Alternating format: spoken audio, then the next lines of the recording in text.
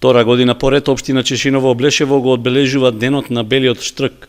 Заедно со Македонското еколошко друштво и учениците од основните училишта беше организиран еднодневен пикник во паркот во Чешиново, каде преку едукативни игри и низ цртеж се запознаваа со птицата што е обележја на регионот. Откако пред 2 години влезе во мрежата Европско село на штркот, што ја организира германската фондација Евронатура, локалната самоуправа на Чешиново Облешево презема активни мерки за грижа и заштита на белиот штрк.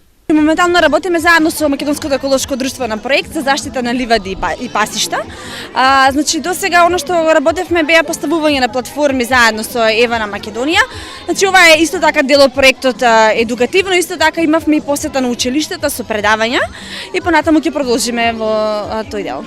Одбележувањето на денот на штркот, освен едукативниот, има и еколошки пристап, за што посебно е вклучено Македонското еколошко друштво. Преку овој проект се надеваме дека под еден, значи ќе имаме едукативни активности, вториот дел ќе биде да ги собереме сите песни, легенди, приказни поврзани со штрковите, а едукативниот дел, еколошкиот дел, ќе имаме значи цензус, ќе се пребројат сите штркови гнезда во општината и се надеваме дека тој цензус ќе се изведува секоја година за да можеме да ја следиме популацијата на штркови.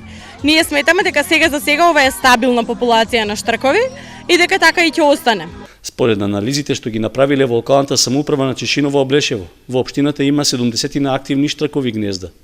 Карактеристично е што за разлика од другите земји, каде секој пар изведува просечно по 2 младенчиња, овде тој број се движи од 3 до 4.